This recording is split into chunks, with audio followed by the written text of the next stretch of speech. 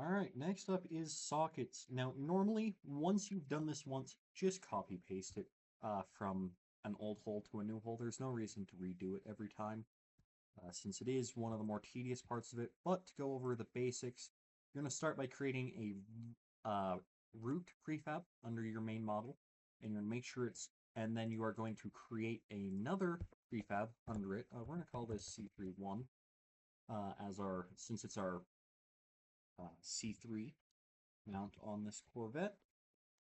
So the first thing we need to do is add a box collider, um, which does need to be marked is trigger, and then we're also going to add a what is it called? It is the script is called whole socket. I'm going to add that in next. Whole socket.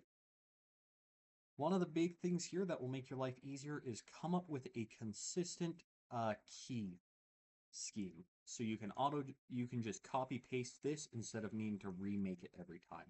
Because every single uh, socket or subpart on a ship needs a unique key for referencing on the DC board, on the status board, and a bunch of other places. So for me, I like to do faction. This is a whole system. So it's Cordova, full. This is a surface mount. This is going on the sensor Corvette, and then it is a C3, and then it is the first C3. So that's going to be how we start by doing this. We're going to then put in our dimensions. Attach point is as I set this up, I will note you should be doing this step in workspace. Do not open the prefab directly or you can't see all this. Attach point is right here, and this is where the origin of any mounts you place on this socket will be. A lot of the time, you will want to make sure that it is right on the surface as much as possible, because otherwise your things will get eaten by your ship, which doesn't look good.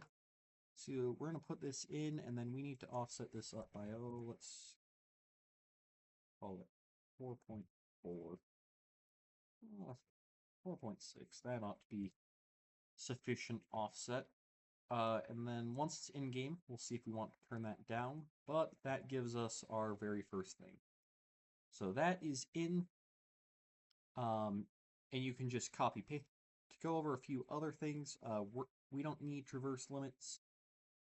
Short name, this is C31. Patch point, you don't need traverse limits at all. Unmask axis is right on either side. This means that the ship will roll to present a broadside to try and use this mount. This is all stuff you'll need to set up if you're doing carriers, but thankfully I'm not. So I would not suggest learning it at this point, but that gives a starting point for everything there. And then once that is in, you can, just copy paste that. In this case, I'm going to go back through all of my existing components, drag them into place, and then fix their part keys. So I'm going to do that, and then in the next video, I will cover the basics of subparts.